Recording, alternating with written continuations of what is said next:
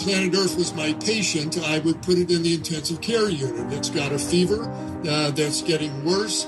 The circulation system, the rivers are all clogged up like someone with atherosclerosis. The digestive system, the soils have been poisoned and they're not recycling the nutrients. And there's some respiratory failure. Carbon dioxide levels are going up. We're currently in the 6th great mass extinction of species on Earth.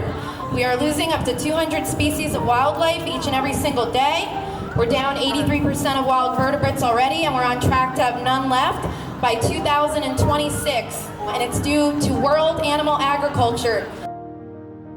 Zoonotic disease has been with us for so long. You can go back to the introduction of Western livestock diseases to the Americas, killed 56 million indigenous people. Estimated, that's on the low end, it could have been much higher than that. So many people died because of zoonotic diseases and Western livestock diseases, and yet we don't talk about that.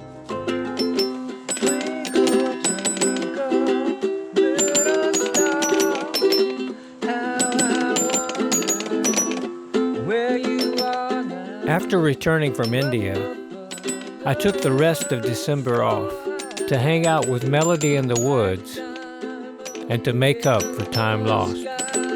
Have a happy and prosperous New Year, and may the force be with you. Go vegan! Wow, a perfect compassion. Our DVDs arrived the second day of 2020, and less than 2 weeks later, I was back on the road, ready to spread the gospel of spiritual alignment.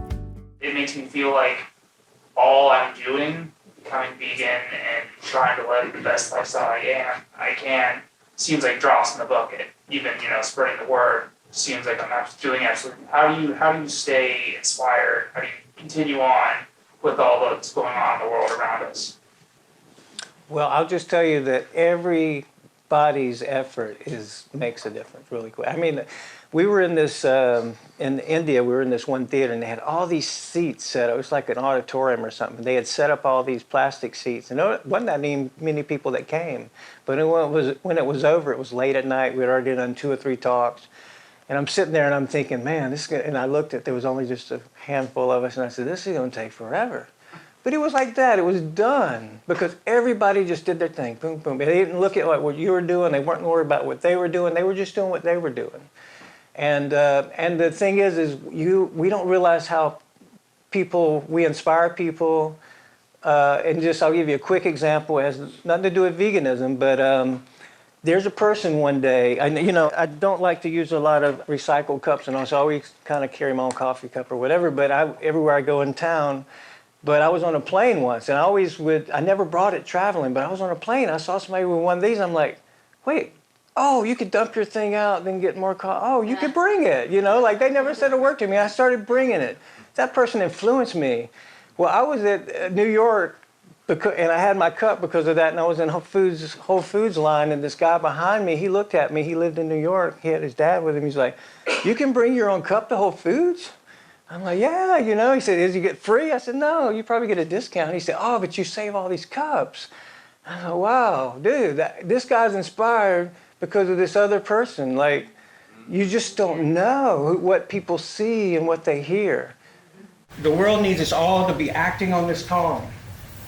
And it's different for each one of us. That's why I said meditation. If I had it for each of you, I'd just tell you what it was and save you the time. I'm making a movie now called Compassion in Action, Bringing the Elixir Home. I'm encouraging everybody to look at the world around you. How can you take your compassion out of your heart and put it to work? If I was waiting for the right camera, the right money, the right whatever, I'd still be in the woods. I'm a single dad. I still live in an RV in the woods, yet I just came back from India for the second time. I traveled all the, how did this happen? It happened because the idea came.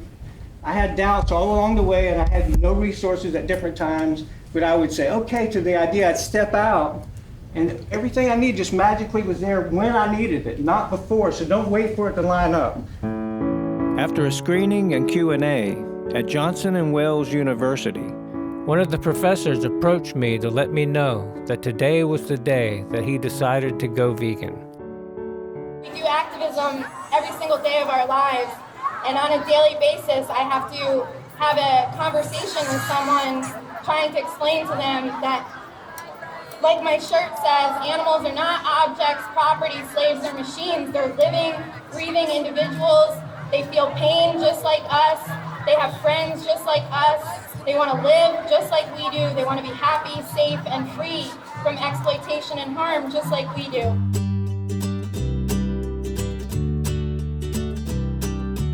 We got to visit with our friends Shannon and Vegan Evan at the 3rd annual Gainesville Vegfest. Who wants to hear me rap? Okay. Vegan Evan is my name.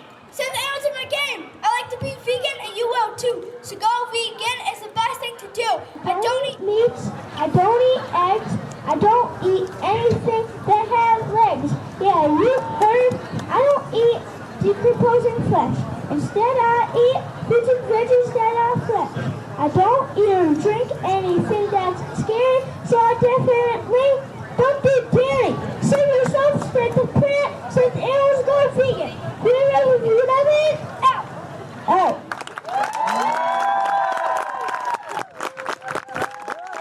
And in a meditation, the idea for the movie came. The idea for a prayer for compassion came. And as soon as it came, the first thing I did was try to shoot it down. I tried to argue with spirit. I tried to resist the calling. It was calling me and I tried to resist it. And I said, look, you got the wrong guy. I am a single dad of a 3-year-old, even though I have a great co-parent. You know, the problem is that I live in the woods. I am in an RV. I freelance when my daughter's not with me. I'm freelancing doing photography, yard work, whatever I can to make a living. So I told Spirit, you got the wrong guy. I didn't even know any vegans. At the time, all the vegans I knew you could count on one hand and have fingers left over. Another thing, I didn't know a lot about the subject matter. So I thought, obviously, there's a filmmaker out there who is more experienced, has resources, knows about the subject, and knows vegans. That's who you should be bothering, not me. You know, that's what my argument with Spirit. But Spirit didn't want to let it go, and it said, no, listen. Number one, if you do this, you're going to have the opportunity to sit down with some amazing spiritual, awesome spiritual people, and you're going to be able to ask them questions, and you're going to be able to learn. And I don't know about you, but I love to learn, especially things I care about. I love to learn. So that I said, woo, dude, I like that. You know, tell me more. And then Spirit showed me editing the film. And I don't know if anybody out here has ever edited anything, but when you edit something, you spend hours and hours with that material. You know, so it showed me I was going to be absorbing this information. You know, and so I was like, wow, that's like learning on steroids. So it had me. I'm like, you got me. But it showed me one more thing. It showed me an image of Dr. Will Tuttle, this amazing guy who wrote the World Peace Diet, and he turned out to be the first person who's in the film. The first voice we hear in the film. But way back when the idea came, it showed me an image of him talking to a group of people. And at the time, I realized that he had written a World Peace Diet 8 years before this moment. And all the information he learned from that book, he travels all over the world sharing that information and telling people about what he learned. And so Spirit was showing me, you're going to share. Now, I was like, okay. You know, I don't know if you know, but I'm a very shy guy. Like, you know, this did not feel comfortable to me. Like, this was not a plus in my book. This was almost like you're showing me what one of my punishments is going to be.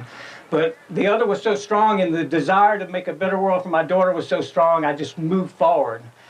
And despite all the odds, despite being a single dad and living in the woods and not having resources, I somehow managed in 3.5 years to travel around the globe and to make this film called A Prayer for Compassion.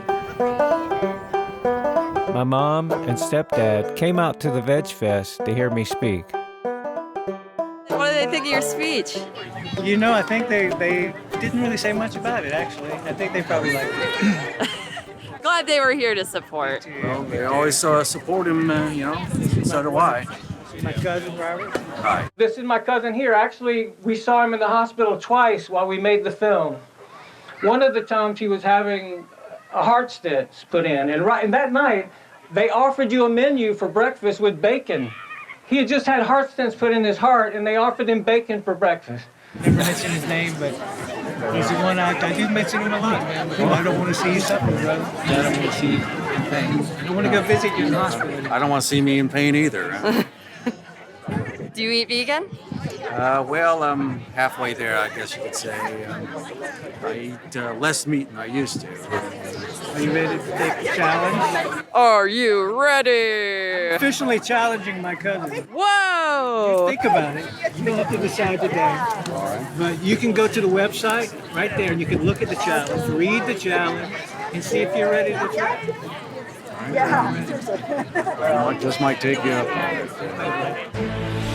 This is CNN Breaking News. The breaking news, stay at home. That is the order tonight from 4 state governors as the coronavirus pandemic spreads. And just like that, the world came to a standstill.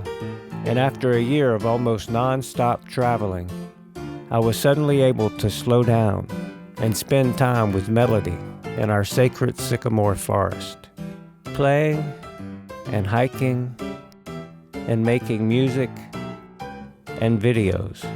Did you know? It takes 660 gallons of water to produce just one hamburger. That would be 2 of these. If you want to save water, you can go vegan and you can try a veggie burger instead. Exercise your compassion and go vegan. Hi, I'm Thomas Jackson, the director of the documentary A Prayer for Compassion, where we explore the teachings of compassion at the heart of many of the world's spiritual and religious traditions. I'm also a founding member of the Interfaith Vegan Coalition. You know, compassion is something that all the spiritual and religious paths that we explored in the film have in common. They all have their own version of the Golden Rule, which tells us to treat other beings the way we wish to be treated. And they all in some way encourage us to take care of our body temples, the environment, animals, and our fellow humans. These are all things that are in alignment with a vegan lifestyle. Because a vegan is basically just someone who doesn't want to unnecessarily hurt an innocent being. So everyone's true compassionate nature is already vegan. It's time we aligned our true natures with our actions and expand our beliefs about the Golden Rule to include all beings, not just our own species. So on this Golden Rule Day and every day, let's challenge ourselves to find ways to bring more compassion into our lives and into the world around us. And let's get into alignment with our true compassionate natures by going vegan. It's a great way to put the Golden Rule into action 3 times a day, or even more if you're like me. For some ideas on how to bring more compassion into your life, check out and consider taking the Compassionate Living Challenge. You can find it at aprayerforcompassion.com. Just click the Take the Challenge button. And thank you for all the things you're doing to bring more compassion into our world. Namaste. The fact that the pollution and the water use and the dead zones and the deforestation and the species extinction, like all of these things are like, how can we not see it? And as spiritual and religious people, whatever tradition you study, you know, they all talk about taking care of the environment. And, you know, they use different terms, whatever it may be, but we are all mandated to be good stewards of this planet, and overall it's not happening at this moment. We soon found ways to have online screenings and Q&As, along with other live events and podcasts. I lived through a hurricane out here. You know, I mean, this is right before we had our first premiere of the film, and I'd already gone through this process, and I'm like, if the hurricane destroys me in the RV right now, there'll be no film, period. It's all right here. And I don't believe Spirit brought us this far to just wipe us out. And then the next day I walk around and see, I mean, you had to climb over trees, and I had 3 trees on the RV, 3 on my car. It was just ridiculous. But I went to all these little outdoor altars we had, and one of them's this flimsy table that when the cats jump on it, a lot of times the little statues will fall over, you know, and there's statues of Jesus and Buddha and kids and animals. And all of these altars had destruction all around them, and all the little statues were standing. And I thought, I can see this as a miracle, or I can see this as like, even within this destruction, there was this intelligence. I saw trees going, wow. And I thought, man, you're really sure. I get you. I was playing my guitar, singing to the storm. And I was like, just saying, I see you. I know that you could wipe us out at any moment. You are showing us your strength. You are so freaking strong. I see it. I know it. And you're trying to wake us up. And in some way, this virus is a wake up for people, I believe. The vast majority of global pandemics that we've seen have been coming out of and have killed the most people have come out of Western livestock. I also started to learn about how the pandemic we were experiencing was the result of our treatment of animals, and that there were even more deadlier pandemics brewing in the factory farms throughout the world. So the 2009 swine flu, which was a global pandemic, killed 500,000 people around the world. That started from a pig farm in North Carolina. It was traced back, the genome was actually traced back to pig farms. And what it was is that you have 4,000 animals living in a shed. And I've been on a factory farm, pig farm. It's horrendous. Those animals are living in extreme confinement. They're stressed. They're, urinating and defecating on it themselves, on each other. And so disease spreads really quickly. That swine flu jumped the species barrier into farm workers. It's believed that it was the first patient zero was a migrant worker from Mexico.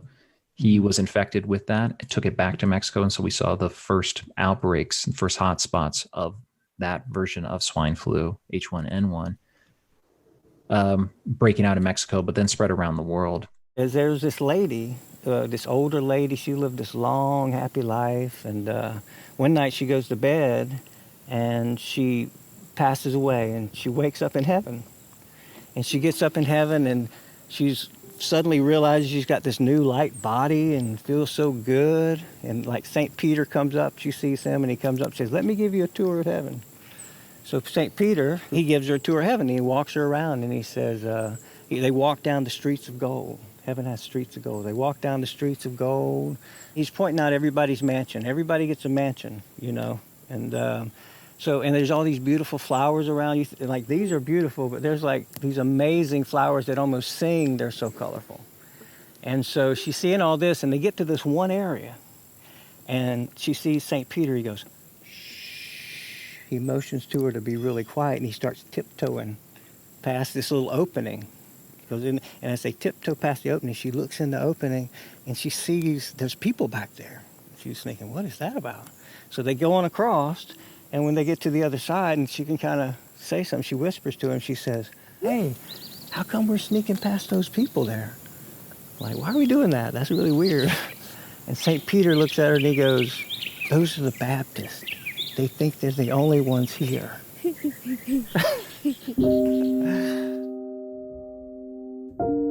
2 days after I told Melody the joke about heaven, my dad got his own personal tour from St. Peter. My dad's passing was a reminder of just how much I was failing to bring the elixir of veganism home to my family.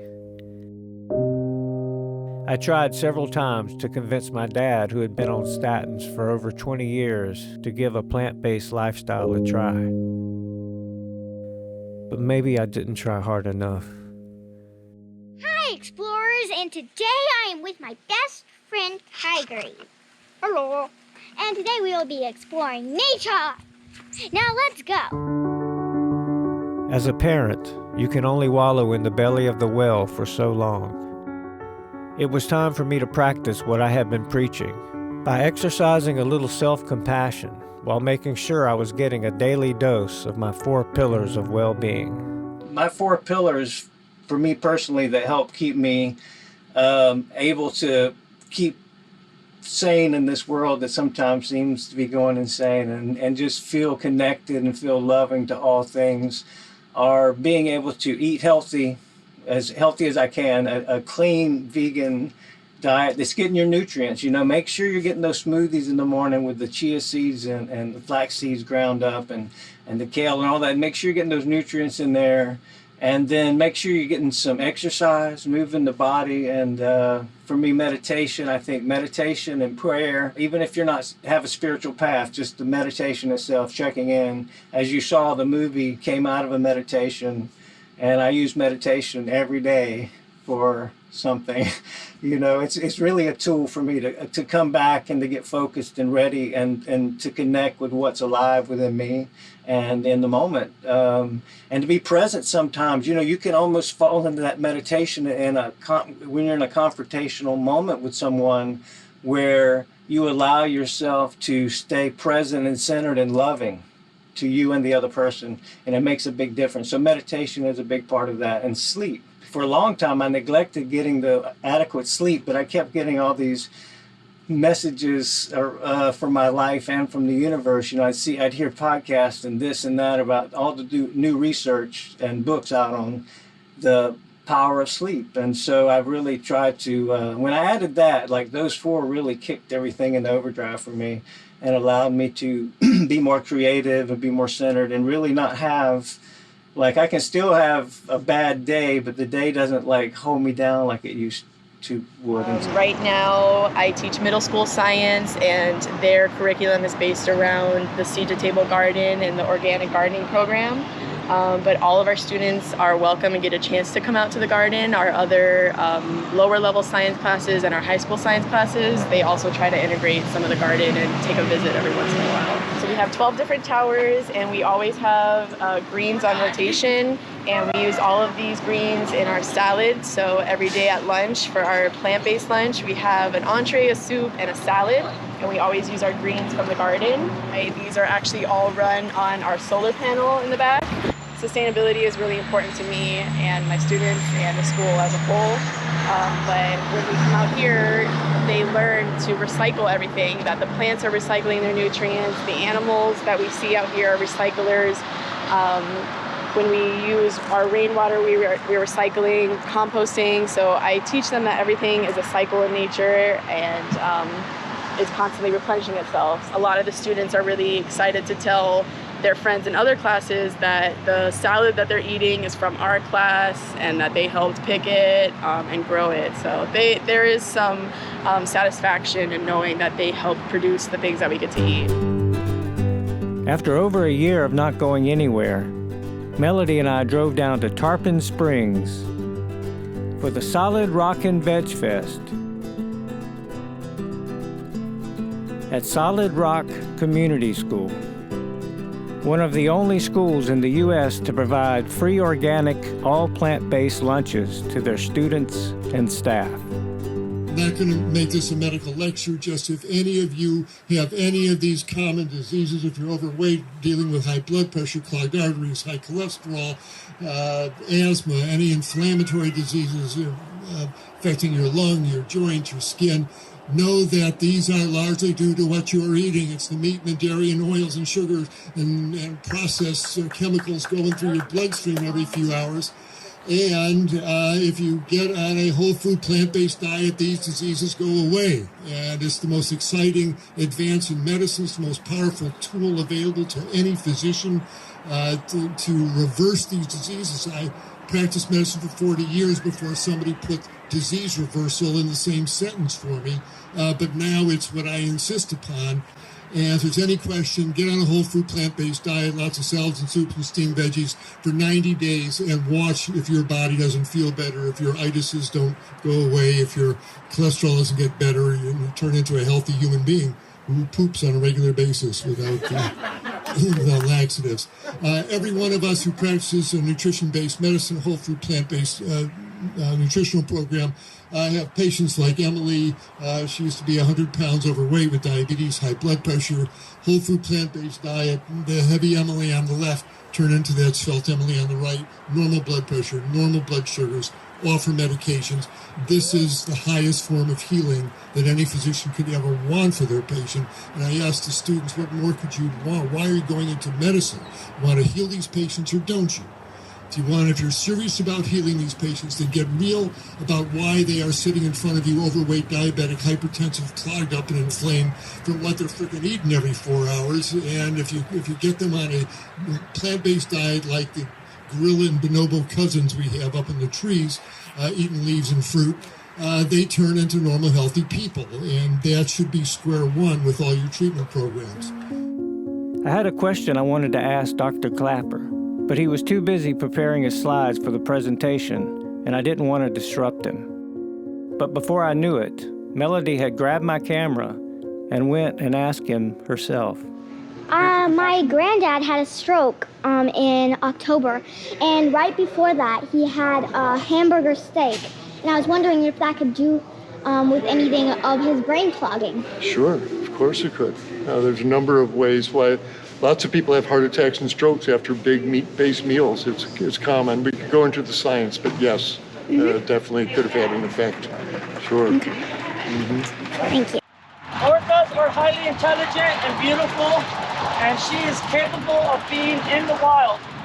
It's time for this aquarium to take a stand and do the right thing and show the world what love and compassion is. Don't be known for the people that have the orca pass away in captivity. Be the ones that frees the orca. Show the world what love is. Rita was taken at 4 years of age from her family. Lolita was a bit younger than some of these kids when she was abducted from the San Juan Islands. This is her 51st year captive, living in the size of an elevator if she were a human. And the fact is that all of the Animal Hero kids and PETA members around the world are saying, we're getting out for the summer holidays. When will Lolita get out? So these Animal Hero kids have traveled here today to the Miami Sea Aquarium to say, 1, 2, 3, Free Lolita! Free Lolita! Free Lolita! Free Lolita! Free Lolita! Free Lolita! Free Lolita! We're live right now in downtown Newport Richey.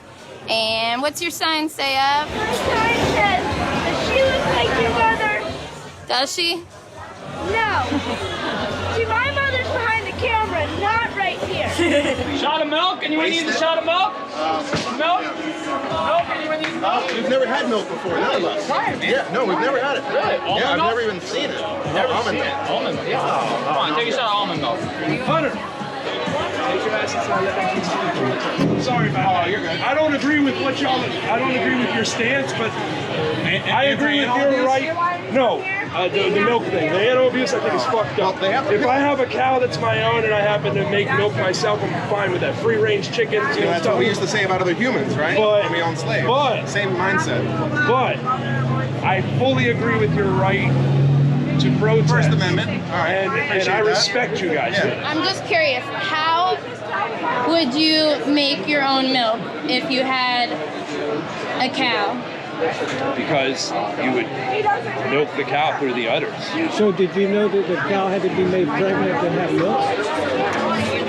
Not all the time. Every year. I'm going to need to see actual proof on that because it's all mammals. All mammals have to be impregnated. This is not something new. I know. I didn't think about it before going vegan. I never thought about it. I honestly thought there were dairy cows that just produce dairy without having to be pregnant. We have to forcefully impregnate them, stick our fist up their butt, and inject semen into their uterus to impregnate them, and then we steal their babies from them. And then we steal the milk that belongs to those babies because that shit's for us. But they all have to be pregnated. You can research it. It's sick. Jeremy, go upstairs. Oh, he's fine. Oh, he's being super nice. I know he has to work though. He's my security on the roof. Melody and I returned to Tarpon Springs to spend 4th of July weekend with our activist friends, taking the message of animal liberation into the streets and even into a Walmart. This is Shannon Blair reporting live for Jane Unchained. And this is a really interesting demonstration that seems to be going on right now inside of a grocery store. Dog meat. We're legalizing dog meat here today, guys. Come on. You can sign up. But what we're trying to show is that if you want to eat a dog, and if this looks disgusting, then why would you eat a pig or a cow or a chicken? They're all the same. And pigs are actually smarter than dogs, which is like, I don't understand why people are grossed out by this, but they eat other animals. You should be grossed out by all of it, because it's body parts of dead animals who want to live, just like us. It's not food! It's violence! It's not a chicken wing! It's violence! It's not a hamburger! It's violence! Animal liberation! What do the animals need? Animal liberation! Are we gonna fight for them? Yes! Are we gonna get it for them? Yes! One struggle, one fight! Human freedom, animal rights! Same struggle, same fight! Human freedom, animal rights! If you're against animal abuse, why are you paying for it? We kill 8 billion animals every single day. 3 trillion animals every single year. For what? something as trivial as a sandwich. The reasons you are not vegan now are taste, pleasure, convenience, habit, and tradition. You can't be against animal abuse if you pay for them to be abused. If you pay the hitman 3 times a day, the blood is on your hands. It's time to align your actions with your morals. You would never harm an animal yourself, but you pay someone else to do it. Align your actions with your morals and go vegan. Take a stand against the abuse of the innocent.